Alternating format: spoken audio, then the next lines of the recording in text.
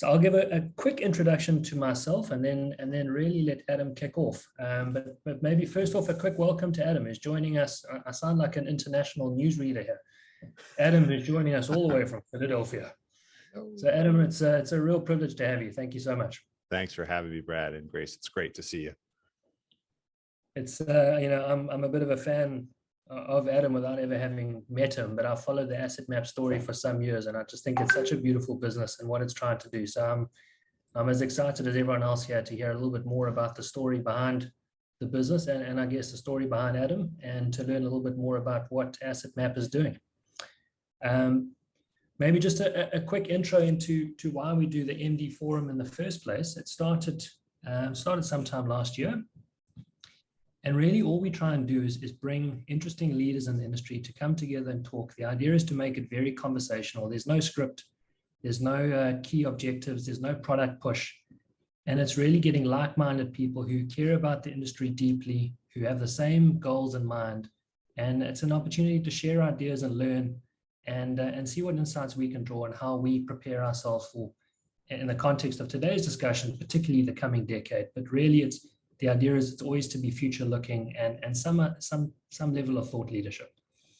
So I know Adam's going to be interesting and have lots of ideas. So what we want to do is leave as much time as we can at the end for Q&A. So please use the chats at the bottom. And Adam, and I'll leave it up to you as to how you want to go through. These things are probably typically best to leave the Q&A till the end, unless there's a specific question that comes up, I guess it's relevant. You happy we follow that sort of flow? That sounds great. That sounds great. I can't help but realize that I think my child has turned on some kind of studio effects on my face just to mess with me. So anyway, well, listen, it's great. It's great to, that is what I look like normally. I was about to say, it looks maybe it's the lighting. I look like I have lipstick on, but okay, that's fine. I guess it's all in good fun. It's great to be here. And of course, we have so many friends in common in the South Africa space. And we've been so impressed with the leadership in the financial advisory space and this transition to what we call advice leading financial services. And I think what you've been doing at Icon is fantastic. What I've gotten to learn about it in the community there seems very rich in the sense that the goal is to serve people and find what's best for them. And of course, I think we're all trying to figure out what the future is going to look like. But I thought I would, I guess I'll share for those of you that don't know too much about us. I'm a recovering financial planner myself. I've been in the business for 25 years as a CFP. Sometimes people thought I was a little bit crazy in the beginning of the years, gosh, almost, believe it or not, 20 years ago when I came up with Asset Map. And for the most part, I'll share that with those of you that are interested in learning. I'll only take a few minutes to share what we're doing, because I think you'll find it really interesting and maybe actually resonate with what you're doing today. But I started my business on the insurance side, like most of us. I thought I was going to become a financial planner, but turns out I was a life insurance agent. Got that hook in me pretty fast. Was struggled along trying to sell life insurance, didn't have a natural market. I'm originally from New York City in the United States, and I didn't know anybody in Philadelphia when my mom brought us down here. So it was the classic challenge of not knowing how to sell, not knowing how to sell products, but needing a job. And I made a good 11,000 US my first year, which is not very much money, even back then, and almost failed out of the business many times. I was actually with a captive carrier, like most of us start with carriers, and realized that I needed to differentiate, and I used financial planning to do it. And financial planning was my method for creating not just needs-based analysis, but connecting with the people at a planning level. And I found all of a sudden I started selling significantly more. And so I survived the business, decided to also grow into investment advisory business that was more accessible in the States. And pretty much the rest is history. And when I brought out Asset Map, when I came up with Asset Map, because I'm an artist by background, I was going to be an architect. Somehow I got into the insurance business. I drew everything. And so you can imagine why I drew a visual explanation of what was going on in people's lives. So the history of this process that has literally gone viral now, Brad, in the States and obviously elsewhere, is because we all have this need to to really communicate and do it quickly and effectively in a way that shows we're on the same team as our clients. And that's really shown. I think it's really going to be important going forward. It was clearly important for high net worth clients who had complexity. So anyway, but that's kind of the origin story. I'm happy to share with you what we're doing today, because I prepared a little bit, because I know so many probably want to see little elements for a couple minutes. You think I'd be appropriate to share that? Yeah, I love that. And I think while you're putting that together, I'd maybe just share a couple of thoughts on where we see the synergies between Icon and Asset Map. You know, for those of you who've worked with Icon for a while, you know that essentially what we stand for is the idea of democratizing great financial advice and great independent financial advice. And we try to build a lot of those tools into our business. We try to deliver a risk guidance framework. We believe that through the product providers we have available, we can deliver you a best of breed solution. And really what a lot of those things are doing is starting to define what we think quality financial planning is. And that's a philosophy that very much marries with the Asset Map story and the Asset Map business. What I find beautiful is the way they fit together, is that Asset Map actually enables quality advice to be delivered at scale. Or efficiently, you know, and what I've loved about listening to the Asset Map story, and I'm sure, you know, Adam will do a better job than I can, but the idea of pictures and diagrams making something real is the way that I think, and I think very much that the idea that you're making it come alive for customers so that they understand it and have a vested interest in it.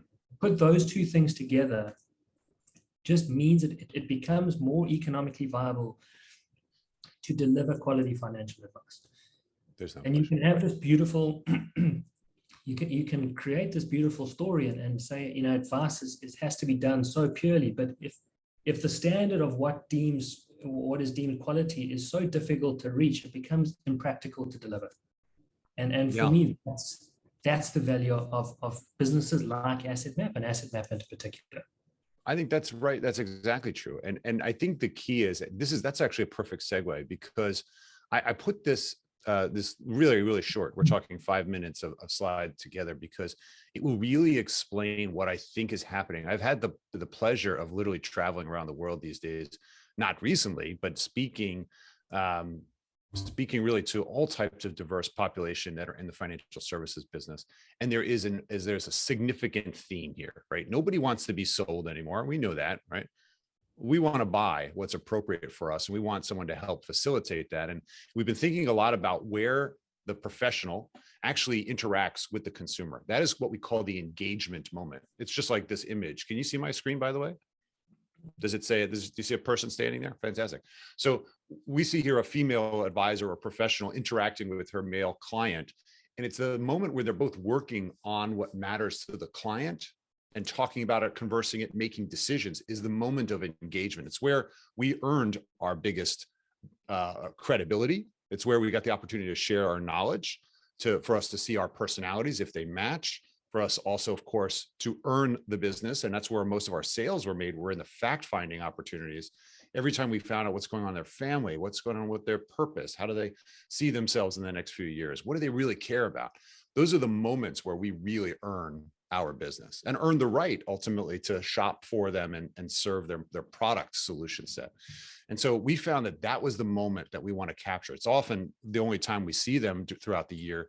And so it was really important that we do that. And I thought a lot, and I've been speaking about this specific topic, which is, why do professionals exist in the first place? I mean, you have to really understand this. Now, I know every one of us probably inherently understands this, right?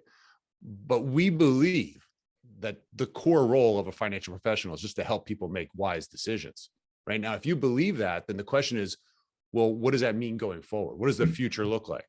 Well, there's really two things that we always need to keep top of mind. Number one, our business is complex, okay? And we also know there's a high cost of being wrong, which means that when people are making financial decisions, when they're complex or there's a high cost of being wrong, there's usually a relationship here between when I want to talk to another human. In fact, we tend to see that in these two scenarios, if it's easy or not very complex, or there's a low cost of being wrong, I probably could self-serve and go find a solution these days on the internet, right? I could buy maybe some cheap, life cover, or I could make some small investment decision on my own, a banking account. But when you get into these higher or more complex areas where we tend to live, that's all of a sudden where humans, generally humans, all of us included, probably want someone to talk to and to get confidence in the decision. So if you think about it, Brad, almost all of us are in the confidence business on making decisions. So how do you do that? Well, the only way to do that emotionally for a consumer is to reduce the complexity, right? To show that you personally reduce the complexity by being able to shop the market, by doing the kinds of things that are very difficult. You could make the wrong decision, right? So can Icon specifically reduce the cost of being wrong on this decision by doing good diligence, or create simplicity by reducing the complexity so that the decision is easier to make? That is really what you're doing, in my opinion. Aligned with us, we really focus on this moment of engagement. So when you think about this, can you see this blue character walking across your screen? So this blue character represents our view of the consumer. Consumer has collected a bunch of things, right? Usually from their employer, retirement accounts. They bought life cover a bunch of years ago from someone they knew. They don't remember what they bought. They don't know if it's the right amount anymore, but they don't really know to care. They do their banking online, so they're familiar with this. When you think about all of the obligations of a household, there's some really complicated decisions that need to be made, right? So when we come into the picture, we're that orange character, if that's the right color. The first thing we must do is we must do good fact finding. We must understand what they're doing today and where it all fits. And we found by doing this visually, we earned the opportunity to find out what was really missing, what the clients had not done, where there was some real big mistakes or there were gaps. And it allowed us to apply our intelligence in real time. And that's a real nuance because we did this on a yellow pad for years. The irony is the customer knows this, and we reduce complexity when we show we understand what's going on in their life. And so the real key to this is to get the client to a place where they're empowered by not 80 pages of report, which we're used to, not 80 illustrations that we're never going to read. We need that simplicity of our own life. And so some of the things that we focused on really briefly is how do we collect information directly from the consumer? And if we did that, could we actually create a custom visualization for them that includes all the things that matter, including the people, the entities, the assets, the liabilities, the insurance policies that they've already put in place and perhaps are actually missing? When you do this, you get this interesting design where now all of a sudden I can actually apply my insight in real time, right? Whether it's investment or insurance, tax, legal, right? These opportunities to say, well, your peers might do this. Have you thought of this? Or why don't I see any disability cover? Or where's the critical illness? Or what are we going to do about the business? Have you thought about that? And you actually find that most people need a navigator on this because they don't really know what they don't know. And yet we do. We don't always have permission to ask that, Brad. And so we found that by doing this for clients in the early stages of our interaction, it proved, number one, that we knew the client, that we knew their situation. And so that when we brought options to the table, they were appropriate, they were relevant. Okay, does that make sense? And just, yeah, 100%. And a couple of things that you use, I think the language is interesting. You've used one phrase around earning the opportunity and having permission to ask the questions. True. And when you link that into your idea that we're in the confidence game, I think there's twofold here. It's one is giving our clients the confidence to make the decisions, but equally giving them the confidence in us. Yeah. And often we try and build confidence in people by making ourselves seem like we have access to the secret information. What you're almost doing is the reverse here. Is you're distilling it, you're simplifying it so that the client can understand. But in doing that, giving permission to have some of these really interesting, difficult conversations. And I think that's such a nice way of putting it. There's an interesting thing that happens when we've seen this over the years, right? So remember, I mentioned to you, we've been doing this for almost 20 years. In 2006, when I got this approved by the lawyers in our company, compliance approved, we call it, my production, my revenue production in the form of sales tripled. And then the next year it tripled again, and then it tripled again, my personal revenue production. So I've been in the life insurance game for some time, and disability business specifically. And it was all a testament to the fact that so many people are undercovered, underprotected. They have the wrong stuff in place, or it's antiquated. It doesn't serve their family anymore. And all I needed to do was put it in front of them and likely their partner. The truth has an enormous way of selling so that it gets fixed, right? If I point out the leaky pipes and I say, this is the pipe that needs to be fixed, and you see the damage it's doing underneath the sink, nobody saw it. Nobody looked at it. It was behind the cupboard, right? So now people are saying, can you just fix it? How can you fix it? I'll fix it. It's going to take a bunch of work, and I'll do that work for you. You're welcome. But the point is that I think the key is when you reveal the truth, Brad, it's hard to ignore it, especially if you could solve it. And it must be revealed in a way that makes it tangible. You talk a lot about how your revenue increased, and I can understand why.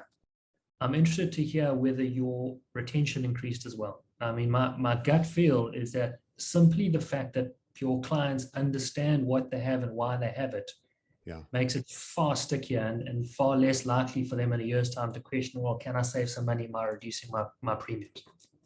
It's no different than if you do have a contractor who works for you, right? If they do a good piece of business, they tend to earn the right to do the business. Imagine if you then shared every single problem that you had in your home with them at the first time they came just to fix a minor problem. You said, I don't actually have this one problem, where you give them the blueprints and they say, by the way, you have 5 other problems here. Do you want me to fix it so that it doesn't become a larger problem? And the answer would probably be, I guess if I can afford to do it, I'll do that. And so, yes, the retention went up significantly because we were now cross-selling multiple lines of business. And when you know what happens when you're actually managing several policies and several accounts, you become more than just a salesperson. You become truly an advocate for the family and the person they call, and of course refer. And that was really the key, as you can imagine. Nothing's changed in the business fundamentally, right? We still are in a personal relationship business. We give confidence to our clients, and we build that relationship that hopefully serves them over years. The interesting thing about us and what we've been doing is that things evolved, right? Sometimes I don't want to just talk about the family. I want to talk about the kids, or I want to talk about my mother-in-law, because I'm going to be taking care of her and she may be responsible. And then I need to talk about my business and my business partners. So for those of us that migrated into small business planning or helping a business owner, there's a lot of complexity. Sometimes I need to look at the whole household as a group because there's just such a mess in their financial closet. And some of the fun things that we've been doing recently is how do we use technology to actually infer that there are problems, right? How do we run a diagnostic right on the household? This rolled out actually last month. We call it signals, like an engine light in your car, which basically gives you feedback to say, listen, I think these would be knockout effects. In other words, if we had a disability or a loss of life in this scenario, it would be cataclysmic to the family. And that's a question that I think a lot of advisors and professionals don't always get the opportunity to run unless the client says, yes, run a survivorship needs analysis on me and tell me what amount of cover I need. We said, why are we waiting? Let's just give them the indication right now that if they live too long, that would be a problem. They might run out of money.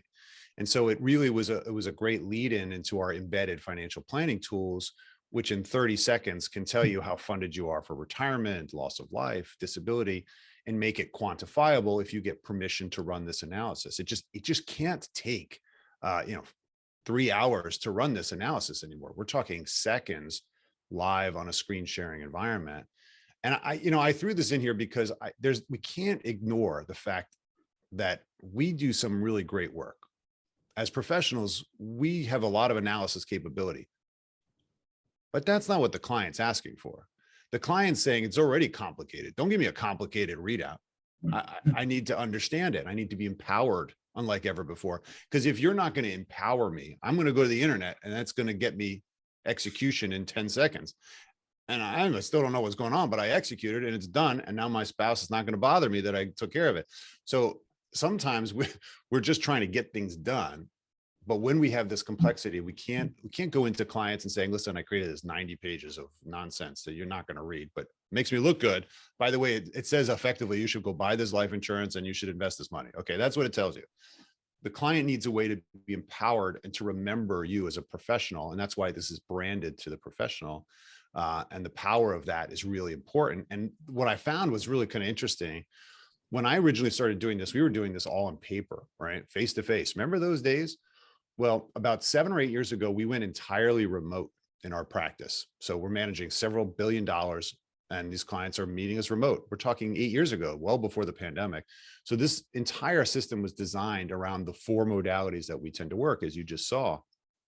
And of course, now that we're all working remotely, it's appropriate that you use the same exact experience. So when they come in, they actually have the same experience as if they were online, and you only learn one process because nobody has time to learn 10 processes. I think that's really important in engagement today. And I think, everybody's been asking us, why is this process working? Right. And how did I not ever hear of this before? Well, maybe you haven't been listening. The interesting thing in the States, we've been getting an extraordinary amount of accolade, and now we're the top product in 5 categories is hilarious to me. It's because nobody knows what Asset Map really is. It doesn't have an actual category. It should be like stick figures are my competitor, I guess, crayons. I don't know. So for those of us that have been drawing on pieces of paper or a smartboard for years to try to educate people, I think the real key is that when you educate, you get the goals that you're really seeking. And that's the thing that we've seen in advisors using this process. I know several of you are on the call. I know you personally, you've seen this impact. Advisors using this type of process are making more revenue versus their friends and peers sitting side by side, not using it. And we've seen the retention game be really interesting. Our advisors are retaining in the business 2 to 1, at least in the States, which is really, really kind of fun. So that's all I threw together, Brad. But I hope that was helpful to truly kind of share what's happening on the States, and happy to talk about the future and where we're going with this. I mean, look, I think there's some really interesting themes that come out of there, which we can weave into the sort of trends discussion. But this final page for me is one of the most powerful, because there are so many tools out there that make promises, that we use technology to enable X, Y, and Z. But what Asset Map has been able to do is quantify the commercial value to the advisors using it. And you've got some really interesting infographics on your site. It's advisors are able to see more clients, close more sales, and they are stickier. Yeah. And when you put those together, you start to change the amount of money you can earn per hour. And that's ultimately what it comes down to. I mean, I started this morning session talking about the value of time. And I was talking about in the context of, being grateful that people are prepared to sit and listen to us for an hour. But what Asset Map does is make every hour of your time more valuable and more productive. And that is incredibly powerful. I love that you said that, because someone recently, I have a coach, I've always had a coach on my team that coaches me personally. And he said to me, he says, you financial advisors, you're always talking about the time value of money. He said, but you should talk about the monetary value of time. Well, that's not bad. Actually, it's a pretty good phrase. And I certainly feel free to reuse that. It's not owned, I don't believe. But I think that's really important. The time value of all of us. What I learned early in the business is that the revenue producing activity, that means the time that you spend to generate revenue, whether you're an MDRT follower, I'm a lifetime member as well. And I love that organization because I've learned lots of aspects of this. If we could spend more of our time in revenue producing activity, then we know what happens. I will tell you that before I left my practice, my goal was to work 1 day a week and still make 7 figures US, 1 day a week. It was Tuesday. And I had gotten myself to that because my prep time for meetings was 0. I walked into the meetings, I did this live with clients, and I literally had my staff do everything else. And that's a really great testament, I think, not to impress you, but rather to impress upon you the intentionality that you can create when you decide how you're going to run your practice and really get rid of we'll call it non-revenue producing work and focus on the highest value work. The key for Asset Map is we still need to stay connected to the client I don't want to be running illustrations behind it. That's what I would have an icon for, right? I don't want to run the analysis. I'd have a financial advisor that works for me that does this. But in the meeting, I need to be very connected to my client and what they're doing and why. Can't be ignorant. And that's why I would use Asset Map to really just ask questions the entire time. What are you doing here? Have you thought about this? Well, this might be an opportunity. Maybe we should move this. I know some other clients that are doing this. Let's follow what they're doing. They're super high net worth. Let's just mimic what they're doing. And that creates more of an engagement that requires less, we'll call it less prep. Adam, can I ask you to go back a couple of slides so the one with the picture of everybody's the cover in place, the kind of business cover, the investments. Oh, okay, sure. And just to quickly put an icon lens on that, we talk a lot at Icon, and I think more broadly as an industry, about the need to rebalance cover. Mm. And when we're talking about rebalance, we're talking about shifting within the risk environment from lump sum exclusively to a combination of income and lump sum, from the amount of cover across life cover, possibly to weighing up disability. Mm-hmm. But at a macro level, the rebalancing between risk and investments, risk and savings. And we talk a lot about our reason for existence is to deliver risk cover in the most cost-effective way so that you can allocate as much money as possible to savings or retirement. And I can't think of a better visual one-pager to illustrate, literally in this case, we're talking about rebalancing from left to right or from right to left. And I just wanted to bring it up for a second because I think that makes that conversation really come alive. Yeah. No, you're absolutely right. You know what the funny thing about insurance is? So few individuals really understand what they have, whether they have anything. Okay. Forget who it's with. I mean, their knowledge of the carrier is actually very small because there's not a relationship with the carrier per se, other than premium payment. Right? The underwriting process was not really, that's not where they built a relationship. Okay. So we typically find out that people come to us and say, well, I don't actually know what my coverage is. Or I think it's with some company, maybe it's got a mutual word in there, something, I don't know, some life company, mutual, or maybe they have a deep connection. But the point is we find that a lot of people don't. And so they haven't really reviewed it in public, right? It's very much like this. We all have a financial closet, right? Just like at home, we have a wardrobe. Hopefully it has more than our current clothes that we're wearing. Maybe as yesterday's clothes is hopefully tomorrow's clothes, if we're blessed enough to have clothes, right? So if we went in there, it's a very intimate space. You don't have the public in there. You don't have other professional clothes people coming into your closet. So nobody ever inspects this space. If we were to do a field trip, right? If we were to take everybody on this call and we were to go right now to Brad's house, okay? And we were to go inspect your closet and you were to show us around, I guarantee you, even though none of us are clothes experts, I think, we would probably point out some things that, hey, we noticed you don't have any dress shirts. Where's your full button down dress shirts, Brad, right? That you were supposed to wear today. So I wore my button down shirt, right? And so we would point that out and we'd say, gosh, you know what? That's true. I actually don't have any button down shirts. Let's go to the store and let's fix that problem. And I think that when we take all of our finances and throw it on the bed, proverbially, right? It gives us the opportunity to uncover it. And this insurance is the single biggest area where we're seeing clients drastically underprotected. You know, there is over 1 million people being mapped in Asset Map right now. 70% of them are underinsured for life. 70 underinsured just for income replacement. How is that possible? We've done that poor of a job as a community, actually getting people the right amount. Forget about whether it's actually in the wrong types of instruments because I bought it 10 years ago and it's not relevant for me anymore. And I think what we need to do as a community is we need to be proactive, Brad. There's an unbelievable opportunity for us to be proactive and say, clients, I need to do this for you because I think you're going to see something interesting. So if we create a map for our prospects and clients and friends and family and say, I just did this for you because I thought you would value it. So I took the liberty and I made one for you. Here you go. It's going to start a conversation about, you know what, wait a minute, you're missing this. And oh, wait, is that true? How does this work? Can you explain this to me? You will find opportunities to build relationship in ways that you've never had before. And I think to your point earlier, Adam, that there's an incredible level of trust between the client and the financial plan or the advisor. True. I often don't even know where my own cover is, but I know I've got enough because Adam says I'm fine. There is a blind faith put. Yeah. And it's an incredibly powerful relationship. It's part kind of confident, part bartender, part priest. Yeah. There's a huge amount of trust and sharing there. And I think that this diagram allows that to move into some very productive conversations. Maybe one more request, if you could just go back to that complexity and cost of being wrong graph. Sure.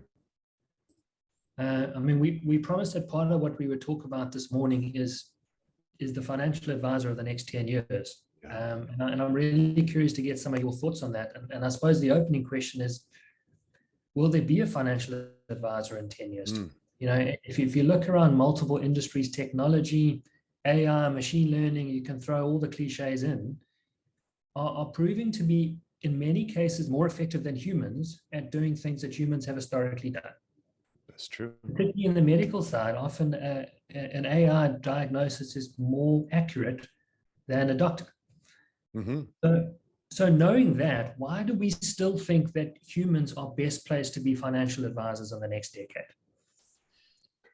It's an interesting question, and it's a question I get all the time. And unfortunately, Brad, and for everybody else, there's no great answer here because predicting this one is going to be tough. Do I think that humans will play a role in financial advice? Absolutely. Just like your own energy, you might learn from the AI that, oh, here's a perfect example, actually. So I had to unfortunately take my spouse to the hospital a couple of years ago. We get to the hospital, it's late. They wheel us into the room where we're going to see the doctor, and they push up a cart with two screens on it. The physician is in India. We're in Philadelphia in the States. She diagnoses what's going on, and she orders on her computer the meds, and we're instantly, a nurse walks in and starts administering the meds that the remote doctor just gave us 2 years ago. Now, that was emergency medicine. Right? If I knew I could have just gone on Zoom, I would have just Zoomed her from home and not wait 5 hours in the waiting room just to get my virtual visit with the doctor in India. Why do I tell you that? Well, there's a component of there's some component of regulatory that's, I think, going to keep humans around longer than maybe I think just general business might allow, because we all know that innovation will win in the end. But I think the dynamic is when we actually want to get surgery, when it's time to solve the problem, we tend to want a human as validation. There's a human component of this that transcends the technology we'll call growth, which is, I need that confidence. So this still is in play. This graph that you see in front of you, right? If my family is being told by our AI that we need to get surgery, and there's risk with that surgery, you bet I'm going to call somebody who's been through that before. I'm going to call my buddy, said, what did you do? How did you handle it? He says, oh, you got to talk to this doctor. He's in another city. Okay, get me in touch with them. I'm going to get a second opinion. When there's a high cost of being wrong, Brad, we will want somebody else to validate, whether it's our uncle who seems to know a lot, or our professional if we don't have such a person in this space. That's why if you look to the right of this graph, tax planning, business succession, retirement distribution planning, right? The things we can't afford to mess up because they are very costly to undo, is really critical. I think what I think the humans, this curve will push out to the upper right. Okay, so you're right. Direct solutions will actually solve more and more of these problems. But I think the humans who really focus on these high-end problems will still have a place. What's probably going to happen is that because the low end of the business will get absorbed by direct technology, right? So buy your insurances, buy whatever those things are. What it will do is it will probably knock out a lot of the typical financial advisors who are on we'll call it the lower end of productivity. But the demand, we think, still will be so how much higher. So if you can figure out a way to scale right now, this is the moment. If you can scale out and reduce your time to action, okay? I don't think you have to do it as fast as direct technology, but if you can cut out the time of what it takes to actually get to sale, and you can lever resources that you have at an organization like Icon and basically offload a lot of that research work so you can come back with credible action, right? I've looked at this marketplace. These are we have really, it's down to two choices. This is why I'm recommending number one. And here's the backup for it. Whatever you choose is okay. Doesn't matter to us as long as it's make you feel comfortable with this, right? So get aligned with what the customer wants to buy, but give them relevant options. And if you could accelerate that process, that's probably the best efficiency you can create right now, because it'll show that you can handle scale. When your number of clients goes up significantly, maybe our margins will get compressed a bit because we're going to be competing with direct technology. So the way to actually to compete that and still grow is with scale, right? In other words, doing more with less. So we got to cut out our wasted time. I think that's the real key. Yeah, and I think there are two trends counter to each other, both of which for me, I think proves the need for a financial advisor into the future. And that's why I wanted to have a look at this picture, because as long as there is a quadrant with high complexity and a high cost of being wrong, there will always be a need for a human being. So, to your point, that curve might shift out, might reduce complexity. It might be easier and easier to access single need solutions, but I still believe there will always be a place for high complexity, high cost of being wrong. And there is no one better than what you call a financial professional, what we call a financial advisor. Yeah. And as long as that exists, we have to protect that industry.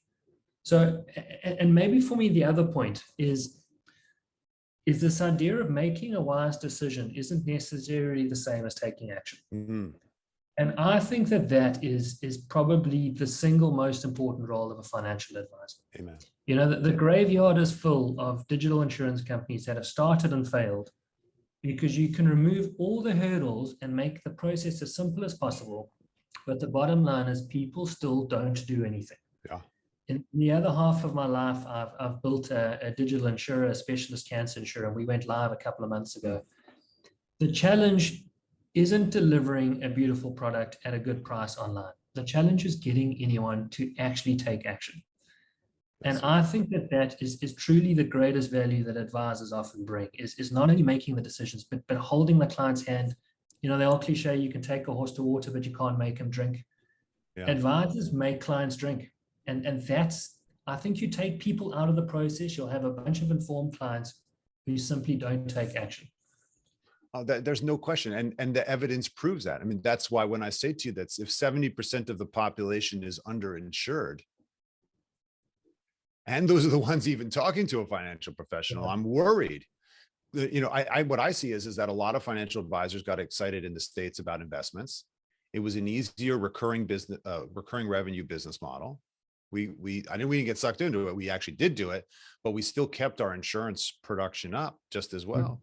And we actually built out teams. And I think that's the part I would leave, a resounding thought in your minds about this is the future financial services practice might not look the same as it does today. I don't know how it's going to look, but at some level, what is going to be consistent is we're still going to need to prove that we know the client, we know their situation, and we know their options, right? That's pretty universal. And the only way for us to know that and prove that is to do good fact finding and inspection and ask good questions and understand what really motivates them. At the end of the day, life insurance is still sold more than it's bought, right? We know what we need to do. We don't do what we know, I'm saying as consumers. And so we need someone to help us take action, especially when all we see is premium, right? It's a cost. It's a cost. I'm never going to get this benefit. And so getting people to frame the idea that it's not about you is really important. And then to make that a credible technical presentation that still hits home. And that's I think one of the bigger keys that we've kind of figured out over the years is sometimes I need to tell you, yes, you're specifically uncovered by R1 million in this situation because your family is going to be undercovered. But I'm going to tell not just you, I'm going to tell your spouse in front of you. And then are you going to not take action?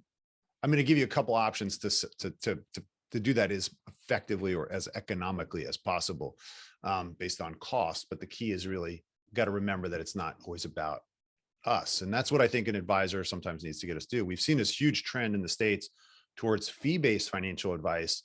But my fear is that we're going to remove the people who are motivators to take action. I can tell you mathematically that you need to save and you need to insure, and I earned my money. Goodbye. See you later. Right? Is that the end of the relationship, or is now implementing and servicing and then reviewing and reservicing the real key to this relationship long term? Because the lifetime value of the customer is 10 times more valuable than an initial sale or an initial fees. And that's really important to recognize, that we've had the opportunity to recognize is how do we keep the client long term? Really important. Yeah, I think you've touched on something so fascinating there, Adam. You know, this idea of planning versus sale, and often we make sale the swear word. It's almost cheap. Actually, without a sale, you have no cover. That's true. It's not the poor part of the industry. Without it, we would not be able to protect anyone. And you made the point earlier as well. Almost the fact that you have cover in place is more important almost than where that cover is. Amen. That's so true. And without that sale, without that close, we just don't, we're not even in the game. We don't start the process. Once you're in, you then can have deeper conversations, etc. And I have a similar fear as you, that the shift away from sale-based commission to fee-based exclusively may have an unintended consequence. And I think at the moment, 100% sale, 100% upfront is not the right mix of incentives. But we need to be careful that we don't throw the baby out with the bathwater. There's still I totally agree. And in the States, we look at kind of two populations. There's a third of the population wants to work with a professional in some measure, and a third wants to do it entirely themselves. And the third in between is just confused and likely doing nothing. That doesn't mean they have no financial resources. It means they need a compelling reason to go one way. Unfortunately, it's been fees that they've been more conscientious of. Oh, I just don't want to pay for it. It's going to cost too much. They're going to sell me something. And then they also don't go take care of it themselves. So they walk around without seatbelts, right? They drive their car. They're like, I don't need seatbelts. Intellectually, they don't say that to themselves, but it's not always me. It doesn't happen to me. It happens to the other guy on the other side of the road. It's always the other guy that happens to. Well, to everybody else, you are the other guy.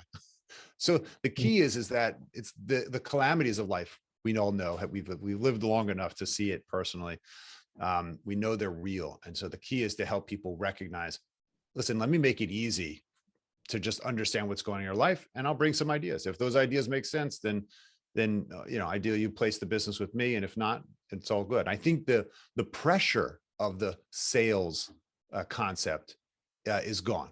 I think that people don't want to feel the pressure associated with sales to take action, maybe in a singular product or with a singular professional, right? So that's why it's really important. I think what you're doing, we have seen in the States this move away from captive agency. In other words, I can only sell one product, because in this Amazon-enabled world, people are thinking there's no way that one product is the best.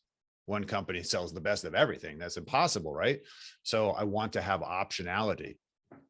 And so it's put a lot of pressure on the captives to actually sell multiple lines of business, even those they don't manufacture. And we've seen that pretty much at the state. So I think if there's anything that's going to die, it's going to be a single carrier model, especially when customers expect choice today. And that's going to be really difficult, I think, for companies going forward. Especially, look at this. Most of us that worked for a selective carrier also branded our own firm. Our firm was not called My Carrier. It was our financial planning firm, because we wanted to associate as being independent and being, we'll call it, above the actual products that we sold. So I think that's really important today. Yeah, I think choice and independence is critical. Yeah, that trend is not going away. That trend is only going to get more intense.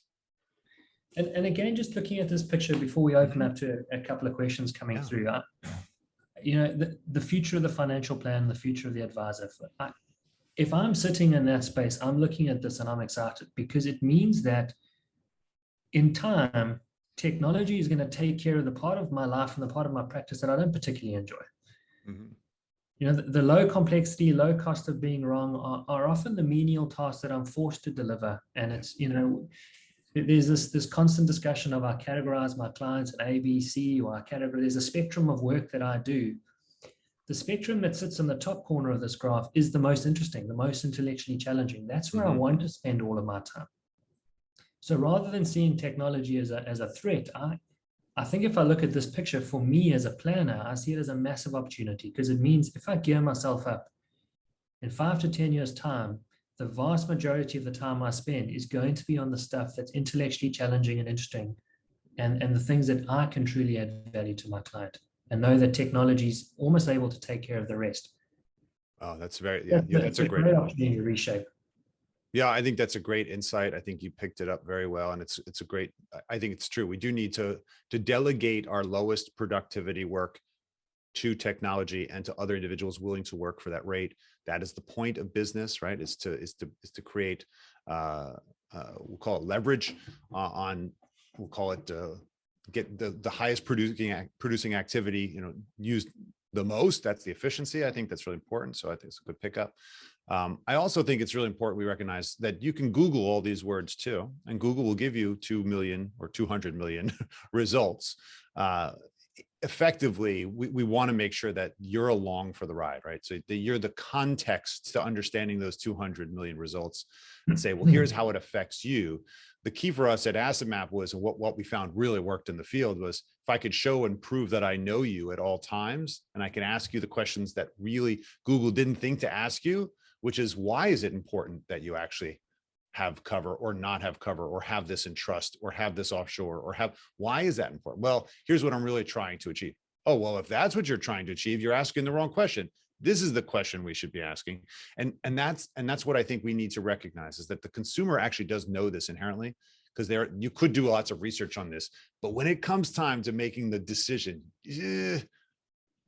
so many people get paralyzed. And that's why so many individuals, despite knowing that they should have cover, whatever cover it should be, they haven't executed it. And that's why there still needs to be someone who can implement for you, because at the end of the day, you still don't want to actually implement. And I'm not sure that the direct technology is going to solve that problem perfectly, especially on the edge effects, where the mass market, yeah, okay, fine, just buy some simple coverage and be done with it. Yeah, okay, I agree.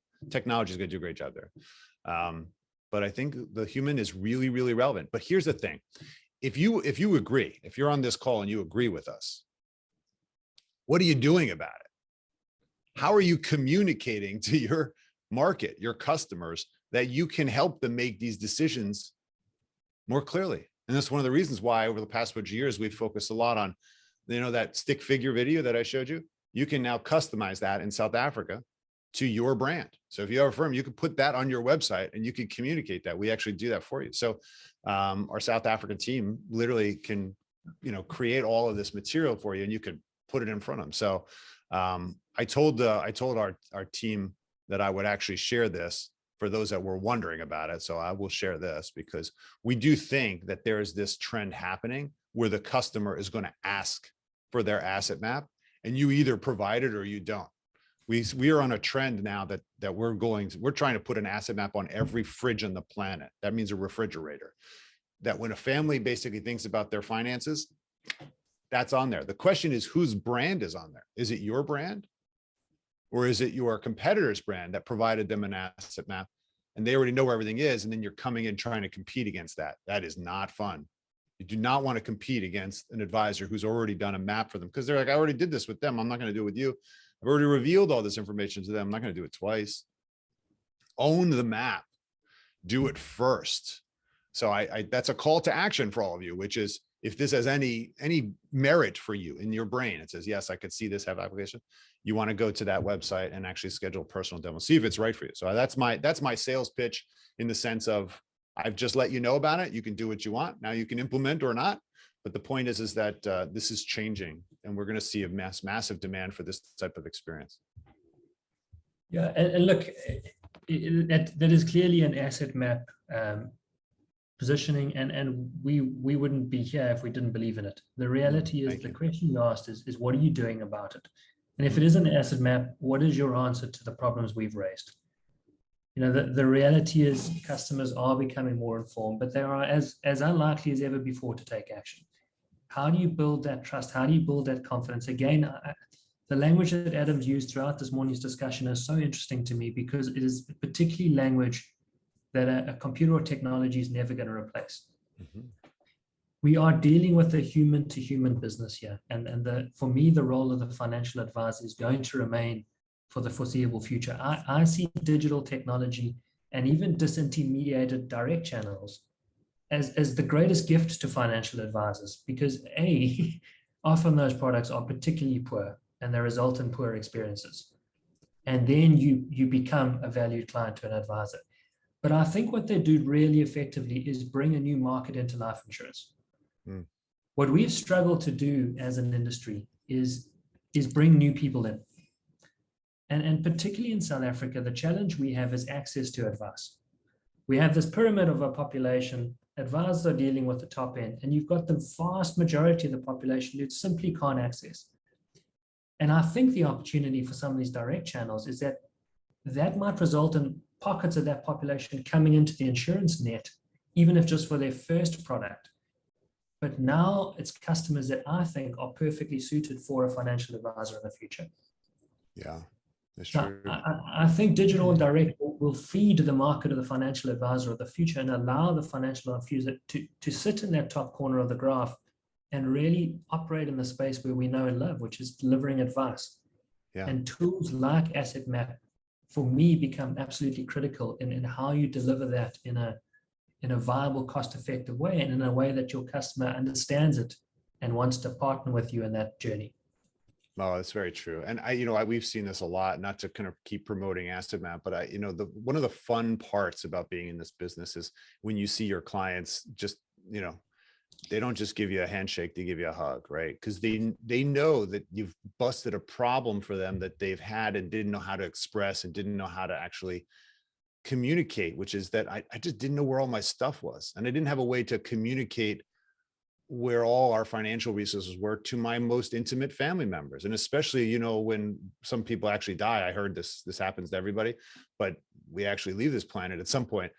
We don't want to leave a mess behind, right? So life insurance is a component of our finances, but think about if you've ever dealt with an estate. Do you know what the complexity is? If you didn't manage the household finances, and now all of a sudden you're left, you don't know if you have the life cover, you don't know where the assets are. It was all in my husband's head, or whatever, whoever passed, right? It's stuck on their laptop, it's on their phone. Nobody knows where anything is. They got all these digital accounts. When you have a map, at least you know where to look. And that's the difference. Being the purveyor of that moment is when you actually take somebody's legacy from being a cluttered mess and a whole bunch of emotionals, memories, to, wow, they really were thinking ahead. And I don't think anybody realizes that. Just like when nobody complains when they get a life insurance check, right? They don't complain about their life insurance then, only when they pay the premium. And the funny thing about it is that that's the moment we're all kind of working towards. And I think we need to give people not just the funding, but also the foundation of where everything is so that they can go and make decisions. And I want to be part of that as a professional, because then I have longevity beyond my client. I have the family longevity. Yeah, that's amazing. And that's the beauty and the responsibility of the role that we play as advisors and people in this industry. True. There are a couple of questions coming in a similar theme, so I'm going to try and wrap them up in one, and it'll probably allow us to close, and we can keep chatting if anyone wants to stick around. But I'm curious to know from you, with your experience, particularly in the US and now slightly more global, what lessons do you think there are for South Africa, the South African life insurance industry from the US, or maybe flip the other way around? Are there lessons that you could take from us? I mean, what can we pick from the future there? That's a great question. I think, there's a couple things. In the States, one of the areas I still see a lot of professionals missing is that our role, specifically talking about insurance and investments, typically where clients need a bunch of help. If we could create a process of uncovering our clients' needs and being looked at as a resource for their whole family long-term, and of course their friends and their network if we earn it. What I'm not seeing is professionals recognize that they have the opportunity to be the true quarterback or the lead advisor for the entire family across multiple lines of decisions. In other words, I think what we found in our practice is that because we proved that we knew the client better than any of their other professionals, because I could show you, I created a drawing. Here's your life. Here's all your stuff. You're welcome. Okay. I proved it. I listened to you. Okay. And if I'm wrong, you're going to correct it. And then I'll correct it and I'll send it to you. You're welcome. Okay. Taking this and going to their tax advisor saying, listen, I want to talk to your tax advisor. Would you introduce me to your tax professional? I want to talk to them about a couple things I see here that probably needs attention. While you're doing that, tell me to talk to your lawyer, your legal professional. I want to get a meeting with the three of us together. And would you set that up? I won't charge you. Maybe I'll tell them not to charge you. I just want to make sure we're all working on the same page towards the same effect, because I'm making decisions that might have complete impact to them or vice versa. That is an unbelievable opportunity. Now, we used to do that for our highest net worth clients because they actually told us to do that. Okay. They said, no, you're going to talk to my attorney. You're going to talk to my tax professional and my personal assistant. And you guys are all going to talk. Okay. Because I'm paying you all enough money. You're going to all talk and you're going to make sure that you're working together, just like they would make a business decision. You wouldn't have your marketing team never talk to your sales team, right? Like what kind of business is that?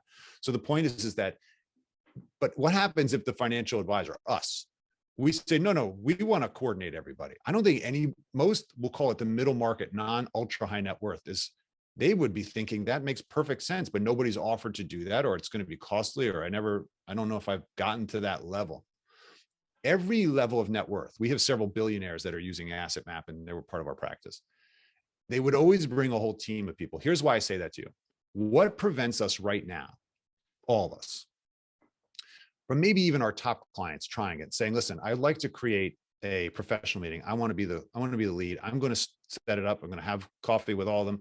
And I'm going to bring your asset map to the table. And I'm going to review with them what you're doing. And we're going to come up with some ideas that maybe you didn't think about, but I guarantee you it would be worth it more than whatever it costs you, right? Think about the tax savings. Think about the legal protections we could create if we actually had the right people talking to each other. I think that's beautiful in my mind.